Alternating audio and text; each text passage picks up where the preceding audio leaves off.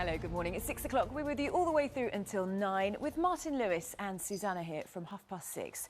First, Boris Johnson is facing calls from members of his own party to apologise over his attempt to block the suspension of the former Minister Owen Paterson for breaking lobbying rules. It comes as the House of Commons Committee on Standards meets later today to discuss a draft code of conduct for MPs. Actually, you've got some time now, but obviously is going to be heavily influenced by the events of the last week. Yes, certainly that. More than 11,000 people in England caught COVID and died after being admitted to NHS hospitals for other ailments.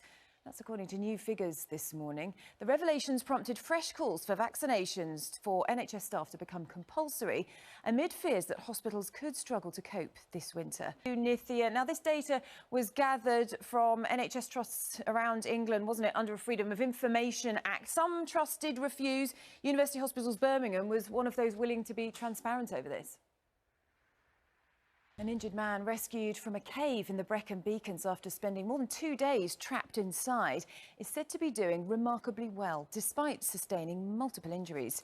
The experienced and fit caver was clapped and cheered as he emerged on a stretcher before being taken to a waiting ambulance.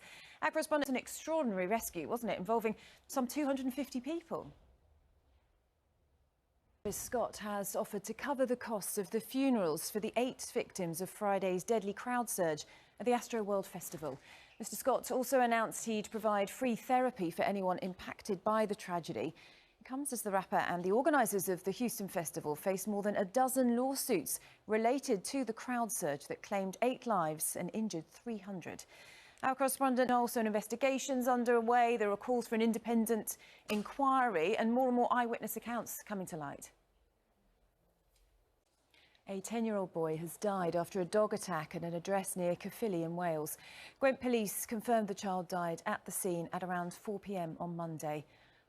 Now, a few people think that COP26 will make a difference. According to a new poll for Good Morning Britain, more than half of respondents think that it will have little or no impact on tackling climate change. And just a quarter of people believe world leaders will stick to actions agreed in Glasgow. Our correspondents haven't there about what can be achieved, and it seems like quite a few people are pessimistic about that. Now, it's 6:15. Let's find out what's happening with the...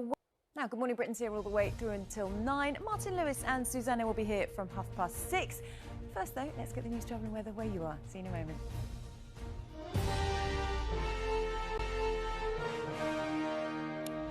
Hello again. Now, a new report from the National Autistic Society has found that parents are facing years-long battles to get support for autistic children in schools.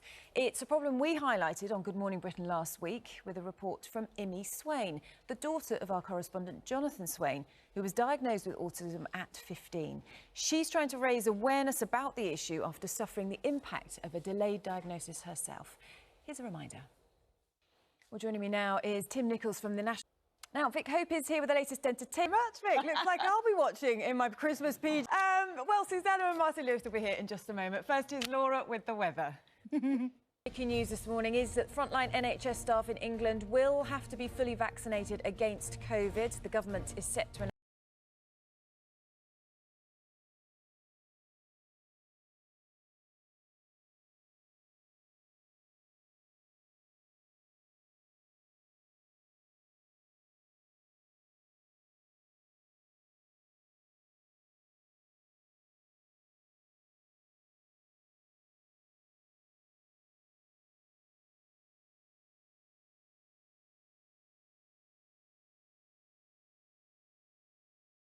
later.